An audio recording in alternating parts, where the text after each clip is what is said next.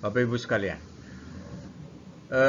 pada kesempatan ini saya ingin mengajak kita untuk bersama-sama merenungkan dan menemukan nilai-nilai moderasi beragama dalam perayaan, dalam kisah Tri Hari Suci. Pertama yang kita mulai lihat adalah pada Kamis Putih. Pada Kamis Putih ada kurang-kurangnya ada dua peristiwa atau dua hal penting yang bisa kita lihat dan ada korelasinya dengan moderasi beragama. Adalah yang pertama, Yesus menetapkan Ekaristi. Nah, Ekaristi. Anda tahu, Ekaristi itu adalah perayaan syukur di mana kita merayakan sabda dan merayakan seluruh karya Yesus yang mencapai puncaknya pada sengsara, wafat, dan kebangkitannya yang dihadirkan kembali dalam perayaan Ekaristi, khususnya pada bagian doa syukur agung, ya, doa syukur agung. Terus apa nilai moderasi beragama yang kita bisa lihat dari situ?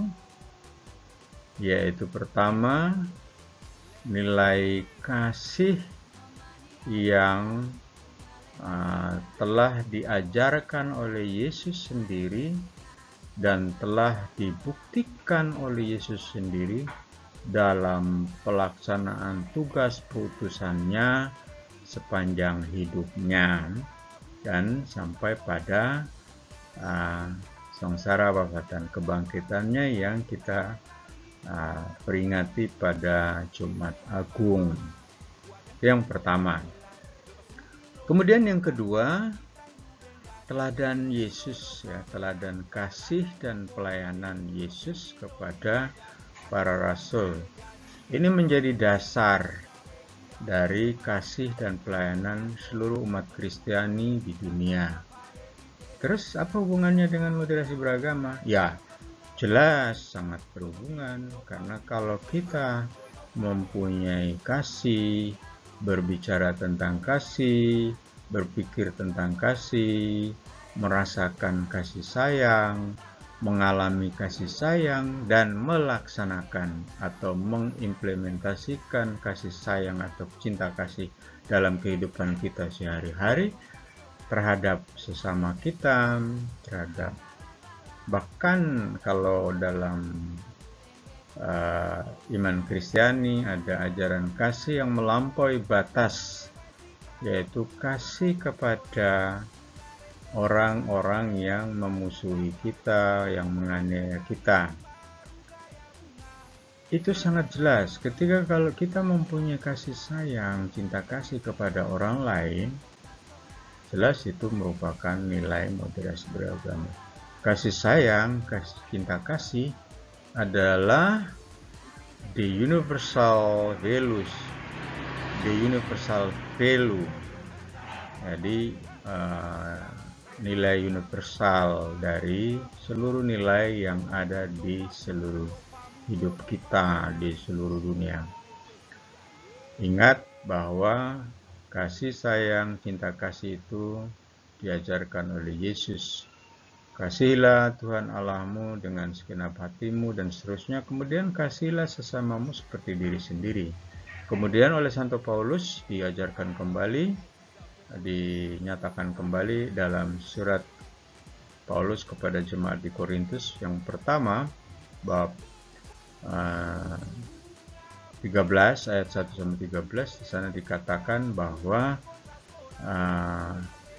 kasih adalah yang terbesar dari ketiga hal, yaitu iman, harapan, dan kasih. Kasih adalah yang terbesar. Tapi sebelum itu Paulus mengatakan bahwa sekalipun aku mempunyai ini, mempunyai itu, berbuat ini, berbuat itu, tetapi kalau saya tidak punya kasih, maka saya seperti gong yang berbunyi nyaring atau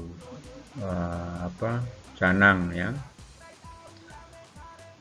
Kemudian Paulus juga melanjutkan dengan mengatakan kasih itu sabar, kasih itu murah hati, kasih itu tidak mencari kepentingan diri sendiri, kasih itu tidak memegahkan diri dan tidak sombong, kasih itu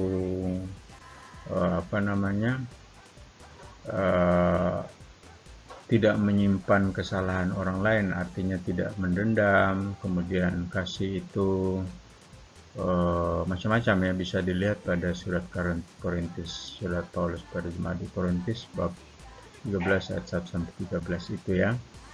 Dan Paulus mengakhirinya dengan mengatakan bahwa antara tiga hal itu, yaitu iman, harapan, dan kasih, kasih adalah yang terbesar ya.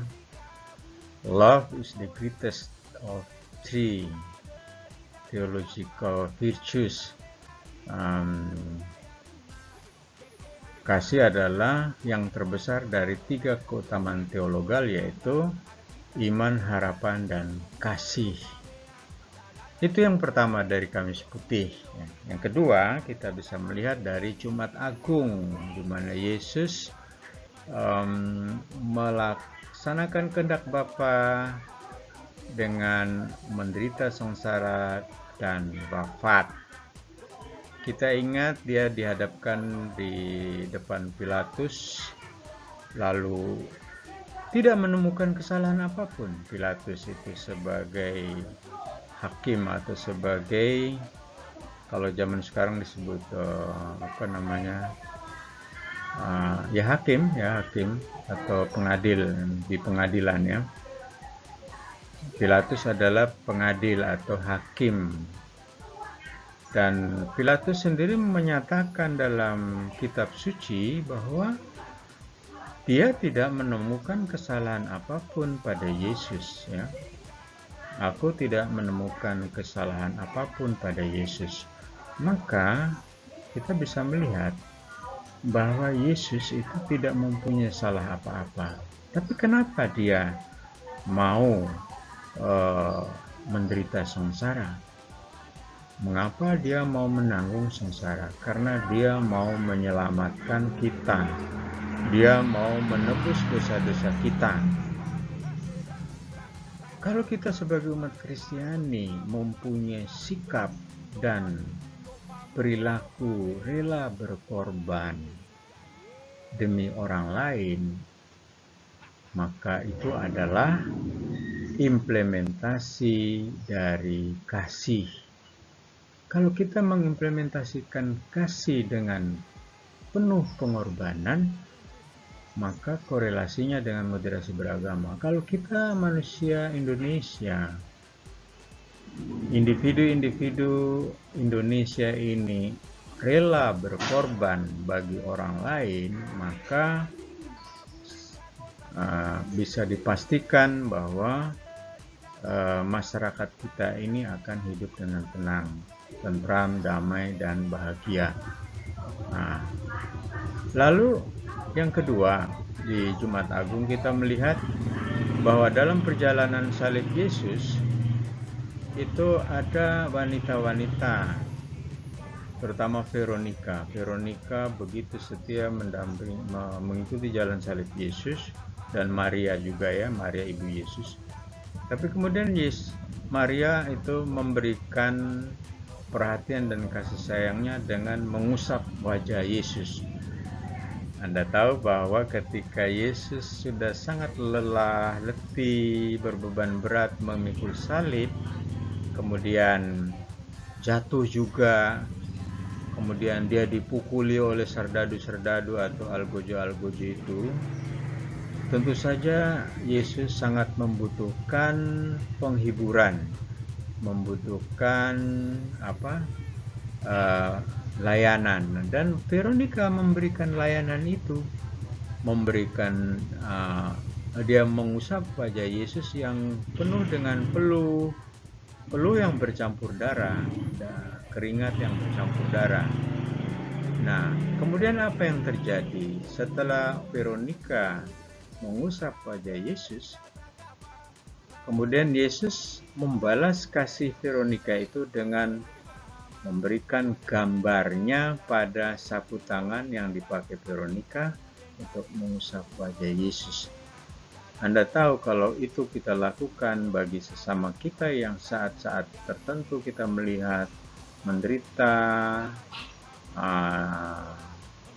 sengsara, tak berdaya, yang sedang mengalami musibah dan sebagainya. Singkatnya yang menderita, kalau kita memberikan layanan, kita memberikan perhatian, sekurang-kurangnya berdoa untuk mereka, maka kita sudah mewujudkan kasih sayang kita kepada orang-orang itu, dan tentu saja kita akan mendapatkan balasan.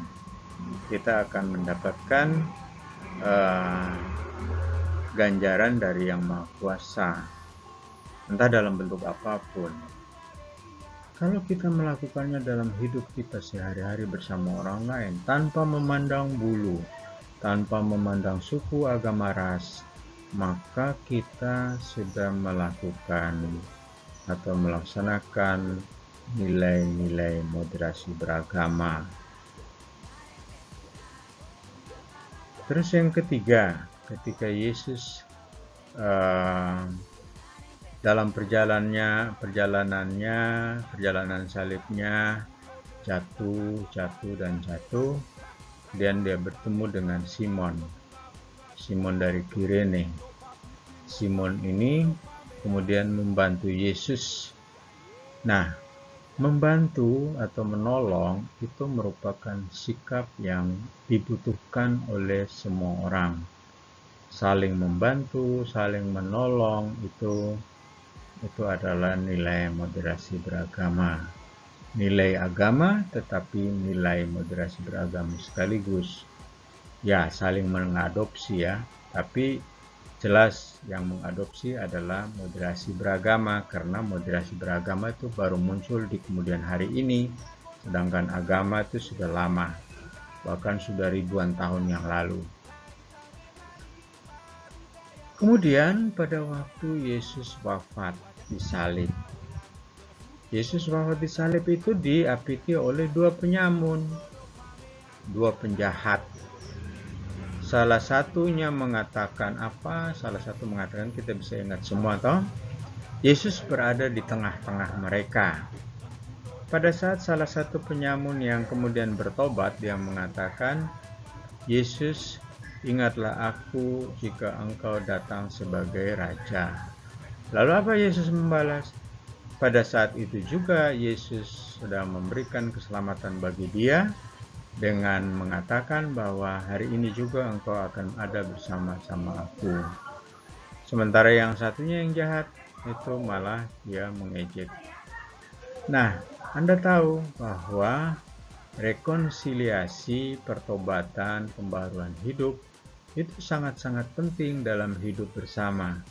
Jika kita mempunyai salah kepada orang lain, kita mempunyai kewajiban untuk berekonsiliasi dengan orang yang kita sakiti, yang kita khianati dan sebagainya. Berdamai, saling memaafkan, saling mengampuni. Itu sangat-sangat penting dalam hidup bersama. Tidak hanya dalam hidup bersama umat kita beriman seiman, tetapi bersama dengan orang-orang lain yang berbeda keyakinan, berbeda agama. Kalau kita saling memaafkan, saling berdamai, saling mengampuni satu sama lain, itu adalah nilai-nilai agama. Tetapi nilai-nilai agama ini diadopsi oleh moderasi beragama. Salah satu nilai moderasi beragama yaitu tadi berdamai, perdamaian, kedamaian, saling mengampuni, saling memaafkan. Itu ya beberapa. Sebenarnya masih banyak sekali yang bisa kita temukan dalam peristiwa penderitaan dan wafat Yesus itu, tapi mungkin beberapa poin ini saja. Kemudian kita masuk ke Paskah kebangkitan Yesus. Setelah Yesus melaksanakan tugas dan karyanya yang memuncak pada sengsara wafatnya, akhirnya sepuncak-puncaknya adalah kebangkitannya atau Paskah. Yesus menang atas segala dosa, Yesus menang atas maut, Yesus menang atas segala kejahatan. Anda tahu bahwa salah satu indikator moderasi beragama itu adalah non-violence, tanpa kekerasan, anti kekerasan. Dalam seluruh perjalanan salib Yesus, apakah Yesus membalas kejahatan dengan kejahatan? Tidak. Yesus membalas kejahatan dengan kasih sayang. Yesus membalas kejahatan dengan memberikan pengampunan bagi orang-orang yang melakukan kejahatan, melakukan dosa. Dan oleh karena itu, sebagai kemenangannya, Yesus bangkit tanpa ada kekerasan, tanpa ada violence atau kejahatan yang dilakukan oleh Yesus. Dan akhirnya dia menang atas semuanya dengan bangkit dari alam maut. Non-violence, tanpa kekerasan, tanpa kekasaran, tanpa kejahatan. Itu merupakan salah satu nilai moderasi beragama yang juga diadopsi dari nilai-nilai ajaran agama. Masih banyak lagi yang bisa kita temukan, tapi saya kira untuk kesempatan kali ini saya ingin memberikan beberapa hal yang sudah saya sebut dan saya jelaskan secara singkat tadi. Semoga bermanfaat bagi kita semua, khususnya yang beragama Kristiani sebagai pengikut Kristus. Kita sudah seharusnya sungguh-sungguh memahami, menghayati, dan mengamalkan ajaran-ajaran Yesus dan sikap pribadi dan karya-karya Yesus dalam kehidupan kita sebagai umat Kristiani, baik dalam lingkungan keluarga kita sendiri, tetangga-tetangga kita, atau lingkungan masyarakat di sekitar kita, dalam hubungan dengan umat beragama lain, sampai dengan yang lebih luas lagi.